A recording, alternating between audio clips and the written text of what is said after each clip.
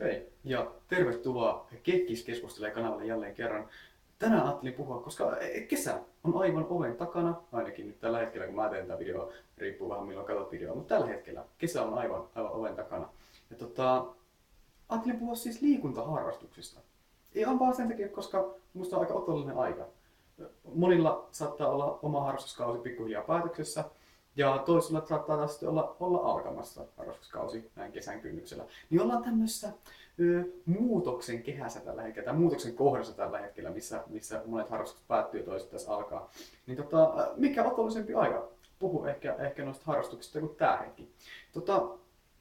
Muutama pointti, mitä mä oon itse huomannut, kun tekee työtä siis nuorten kanssa ja tekee työtä seurakunnassa nuorten kanssa, niin törmää monenlaisiin nuoriin ja monenlaisiin lapsiinkin, siis alakouluikäisiinkin jo. Niin, aika paljon huomiota on tehnyt lasten ja nuorten liikuntaharrastuksista, niin niistä ajattelin pari pointtia heittää ja herättää keskustelua sitä kautta. Mä mietin, no ehkä ensimmäisenä se, että muistan kyllä itse kun olin ehkä kun alakouluikäinen tai oli 7-vuotiaana mun mielestä, kun aloitin pelaa säpää joukkueessa. Ja hirveästi tuntuu, että asiat on muuttunut siitä. Ja siitä ei ole kuitenkaan kuin se, no okei, no onhan siitä nyt jo yli 10 vuotta aikaa reilutkin. Mutta ei kuitenkaan niin kuin järjettömän kaukaisessa menneisyydessä, mutta jonkun verran aikaa on mennyt. Niin asiat on muuttunut aika paljon mun mielestä.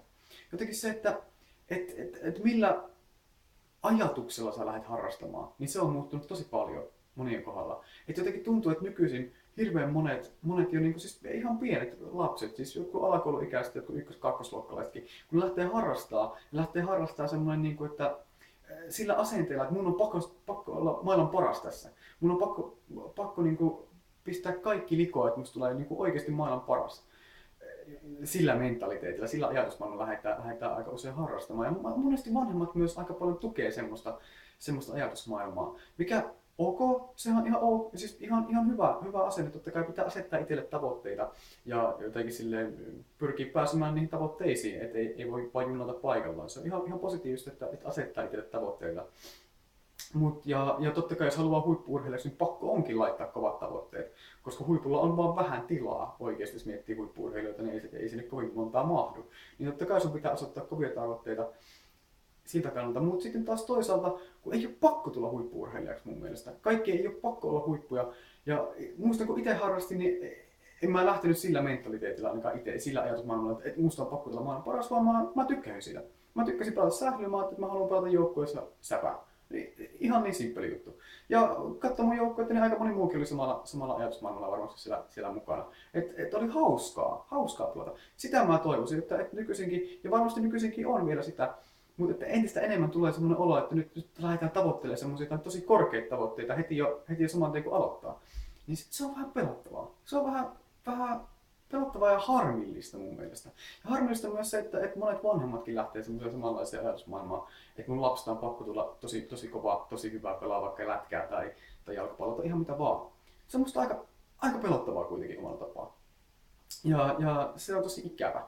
Ja sitten taas toisaalta myös se, että miten paljon ne lapset harrastaa. Siis se, että totta kai jos sä lähdet tavoittelemaan tosi korkeita tavoitteita, niin sun pitää harrastaa myös aika paljon. Se ei riitä, että sä käyt kerran 2 viikossa pelaa, vaan se on melkein joka päivä se treenaaminen silloin oltava. Ja silloin treenataankin sitä tosi paljon.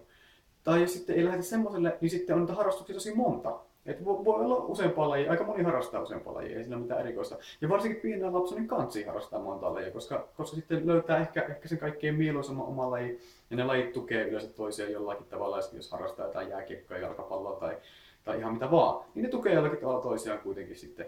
Niin se on vaan positiivista, että tekee tosi montaa juttua. Se on hyvä asia, ei siinä mitään. Mutta se, että miten paljon aikaa siihen menee nykyisin ihan järjettömiä aikoja. Että jotenkin tuntuu siltä, että kuitenkin lapset käy kouluun. Ja lapset ja nuoret käy kuitenkin koulua totta kai. Ja sitten sen päälle käyt harrastuksessa, sen päälle ehkä vielä toisessa harrastuksessa päivän aikana. Sitten menet vielä kotiin tekee läksyjä. Niin ei sulle jää semmoista niinku rentoa yleistä vapaa-aikaa hirveän paljon. Että tulee semmoinen olo, että jatkuvasti pitää tehdä jotain. Vähän hassua miettiä, että mä niin aikuisena työssä käyvänä ihmisenä, niin mulla on enemmän vapaata aikaa kuin jollakin lapsilla, jotka käy vaan kouluun, joiden ehkä se pääasiallinen työ on kuitenkin edelleen vaan leikkiä tai pelailla oikeasti. Jotenkin semmoinen, että että miten paljon aikaa se sitten vie kaikesta muusta. Itse muistan silloin, kun oli skidi, niin silloin käytiin mekin pelailemaan, että silloin kun oltiin kavereiden kanssa, niin me saattiin käydä niinku ihan muuten vaan pelailemassa. Että totta kai käytiin mekin aikaa siihen liikuntaan, mutta se on kuitenkin erilaista liikuntaa se, kun mennään kavereiden kanssa potkii palloa. Se on se kolmas pointti mun mielestä se, että millä tavalla liikutaan myöskin se. Semmonen niin kuin, kuten sanoin aikaisemmin jo, että musta on kiva, kun se on hauskaa se liikunta. Niin se pitäisi ollakin. Ja sehän oli ideana siinä, kun mentiin kavereiden kanssa potkiin vaikka palloa jonnekin pihalle, että on hauskaa. Siinä ei ollut mitään tavoitteita, että on maailman paras pihajalkapalloilija. Se ei ollut kenenkään tavoite. No ehkä joidenkin tavoite saattoi olla, mutta oikeasti se ei ollut se pääasia, vaan pääasia oli se, että hei, mennään yhdessä pelaa palloa. Tai yhdessä pelaa lätkää, tai yhdessä pelaa ihan mitä vaan. Niin enemmän semmoista mä kaipaisin. Kyllä mä uskon, että nykyisinkin, ja tiedänkin, että nykyisinkin tyypit tykkää lähteä pelailemaan ulos porukalla. Mutta ei sille välttämättä ole enää niin paljon aikaa kuin aikaisemmin. Koska nykyisin on nämä oikeat harrastukset, mitkä vie niin paljon aikaa. Niin jotenkin siis se on tosi ikävä. Se on musta tosi ikävä oikeasti. Koska se rento harrastaminen, semmoinen niinku rento liikunta ja semmoinen hauska liikunta, niin se on se ehkä mikä kantaa sitä aika pitkälle kuitenkin. Se, että kun kaikista ei kuitenkaan tuu huippu-urheilijoita, kaikista ei tuu niitä maailman parhaita urheilijoita, niin jossain kohtaa se into ehkä harrastaa lopahtaa. Kun tajuaakin, että ei olekaan ehkä niin hyvä kuin kaikki muut, niin sitten tuleekin saattaa tulla semmoinen, että en mä haluakaan sitä harrastaa. Mutta jos on enemmän semmoista, että käydään porukalla pelailemaan jossain, jossa ei ole mitään semmoista, että on pakko olla paras, niin se ehkä kannustaa enemmän jopa liikkumaan. Ja se kantaa pidemmälle, että sitten ei tulekaan semmoista ehkä jotain kohtaa, että nyt en jaksa enää liikkua, kun en olekaan paras tästä näin. Tai että jotain semmoista, tai en mahdukaan joukkueeseen, kun en ole niin hyvä enää. Niin mun mielestä se kannustaa paljon enemmän semmoiseen. En nyt sano sitä, että kannattaisi lopettaa kaikki ammatillinen harrastustoiminta. Ei, se on äärettömän tärkeää ja äärettömän hyvää. Mutta että kannattaa miettiä, että missä suhteessa. Ja myös se, mitä olen huomannut oikeasti viime aikoina, että miten kallista on harrastaa joukkueessa. No on järjettömän hinta siinä maksut. Kyllä muistin silloin itsekin kun pelas, niin kyllähän se maksoi jonkun verran. Varusteet maksaa, no oikein jos miettii säpää, niin eihän se nyt hirveästi, no totta kai pelipaita pitää painottaa ja jotkut housut pitää painottaa ja mailla tarvii olla. Et eihän ne niinku maksa, mutta joku lisenssi, niin se maksaa yllättävän paljon, kun siellä lähtee, että käydään pelailemassa jotain turnauksia ja tämmöistä. Totta kai se maksaa, ymmärrän sen. Mutta tuntuu, että kaikkien harrastushinnat on noussut hirveän korkeiksi. Kaikilla ei enää varaa. Kaikilla vanhemmilla ei ole enää varaa maksaa lapsissa harrastuksia. Varsinkin jos harrastaa vielä jotain montaa lajia, niin ne menee ihan järjettömiä summia. Ja tiedän monia lapsia, joilla ei ole varaa harrastaa yhtään harrastusta tämmöisissä joukkueissa, koska ne on niin sairaan kalliita. Jotkut seurat tukee pikkasen tämmöisiä joilla ei ole varaa välttämättä maksaa koko maksua, mutta ei ne voi täysin tukea, eikä ne voi kaikkia tukea välttämättä. Niin, ja sitten on totta kai olemassa jotain muita harrastusmahdollisuuksia, mihin pääsee sitten harrastaa, jos ei ole rahaa. Esimerkiksi niin jos miettii omaa työtä, niin mä vastaan meidän seurakunnan sählykerhoista ja liikuntakerhoista, itse kaikissa kerhoista. Niin sinnekin pääsee niin noihin meidän liikuntakerhoihin täysin ilmaisiksi. Ja se ei maksa mitään. Ja niin on myös monessa muussa seurakunnassa ja monilla muillakin järjestöillä saattaa olla tämmöisiä halpoja tai melkein ilmaisia kerhoja. Mutta jännä juttu, että nyt viime syksynä pystyttiin uusi kerhokausi käyntiin pyörimään, niin saatiin aika paljon ilmoittautumisia meidän liikuntakerhoihin, sählykerhoihin ja sporttikerhoihin, missä pääsee. Siis pelataan pallopelejä sisällä. Saatiin aika paljon ilmoittautumisia, mutta siltikään kaikki kerhot ei mene kuitenkaan täyteen. Ja vaikka nekin kerhot, mitkä meni täyteen, kun alkoi kerhot, niin sinne ei tullutkaan kaikki paikalle. Ja osa, jotka oli ilmoittautunut, niitä ei näkynyt koko kerhovuotena ollenkaan. Et sillä on ollut ehkä vanhempia, jotka haluaa ilmoittaa lapset tommoseen kivaan harrastukseen, mutta sitten siihen saattaa tullakin joku toinen juttu päälle. Saattaa ollakin just joku semmoinen maksullinen harrastus jossain urheiluseurassa, niin no totta kai, kyllähän se nyt menee sen ohi tommosen niinku leikkimielisen tommosen niinku ilmaisen harrastuksen ohi totta kai menee. Mutta kauhean ikävä, kun tarjotaan tommosia mahdollisuuksia lapsille ja nuorille päästä harrastamaan niin ilmoitteeksi rennosti jotain, niin sitten niitä käytetään.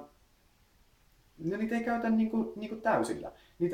Ne pyörii melko tyhjillään ne kerhot, kun miettii, että jos jotkut vanhemmat pelkää ehkä sitä, että mitä lapsille käy jossain kun ne keskenään on toimimassa, niin siellä kuitenkin meidän kerhoissa ja kaikissa muissakin järjestöjen kerhoissa, niin siellähän on aina joku ohjaaja paikalla, joka tsekkaa, että kaikki menee kivasti, että kellekään ei käy mitään, että ne ei keskenään tappele sillä tyylisesti ja että on kivaa kaikilla ja kaikki pääsee pelaamaan. Niin, Ja kun se harrastuksen tyyli on semmoista enemmän, että pääsee pelailemaan nimenomaan. Että se ei tarvi olla mitenkään niin vakavaa harrastusta ja ei tarvitse kehittyä koko ajan, vaan saa vaan pelailla ja saa olla. Niin olisi mahtavaa, jos porukka kävisi enemmän semmoissa. Totta kai kannattaa, siis en missään mielessä sano, että kannattaisi lopettaa kaikki niin kuin maksulliset harrastukset tai järjestöjoukkueet tämmöistä näin, vaan totta kai ne pitää olla, mutta että sen rinnalla on myös hyvä kulkea tuommoisia vaihtoehtoja, missä pystyy niin kuin rennosti pelaamaan ja mihinkä kaikki on tervetullut, tai kaikki pystyy tulemaan. Että se ei maksa mitään, se ei ole rahasta kiinni, että voisi tulla sinne, vaan sinne saa tulla. Niin ne on äärettömän tärkeitä juttuja mun mielestä. Niitä mä tykkään pitää esillä entistä enemmän, koska nykyisin tuntuu, että kaikessa, ei vaan liikunnassa, vaan kaikessa kilpaillaan hirveän paljon. Jo ihan niin kuin pienestä pitäen. Niin tuommoiset vaihtoehdot, missä niin pääsee vaan ihan rennosti olemaan, niin on äärettömän tärkeitä. Ja semmoista mä toivoisin myös enemmän. Että hei, nyt jos sulla on omia muksuja, jotka on sen ikäisiä, että ne haluaa sitä harrastaa, tai olet itse sen ikäinen, että haluaisi jotain tulla harrastamaan, niin käy tsekkaa tuolta vaikka oman seurakuntasivuilta, saattaa aika moni seurakunta tarjoaa tämmöisiä kerhotoimintaa. Niin käy tsekkailemaan niitä ja syksyllä pääsee taas ainakin ilmoittautuu suurimpaan osaan paikoista, niin katsoi käydä kokeilemaan ja tsekkaa, koska äärettömän mahtavia juttuja, että pääsee tolleen rennosti harrastaa. Niin käy tsekkaa ihmeessä. Hei, kiitos kun et jaksanut kuulla, kun mä oon täällä horissut puhunut vähän mitä sattuukin välistä, mutta mun mielestä ihan tärkeästä asiasta. Jos sulla on jotain kommentoitavaa tai ajatuksia asiasta tai että toi puhuu ihan puuta heinää, että ei todellakaan pidä paikkansa mitä puhut, jätä kommenttiin. Hei, tonne alas saa kommentoida. Mä käyn vastailemaan niihin kommentteihin mahdollisimman nopeasti. Herätellään vähän keskustelua. Saa kommentoida, saa olla eri mieltä. Kaikenlaiset kommentoinnit ja viestit on tervetulleita. Kiitos sulle, nähdään joskus. Moi moi!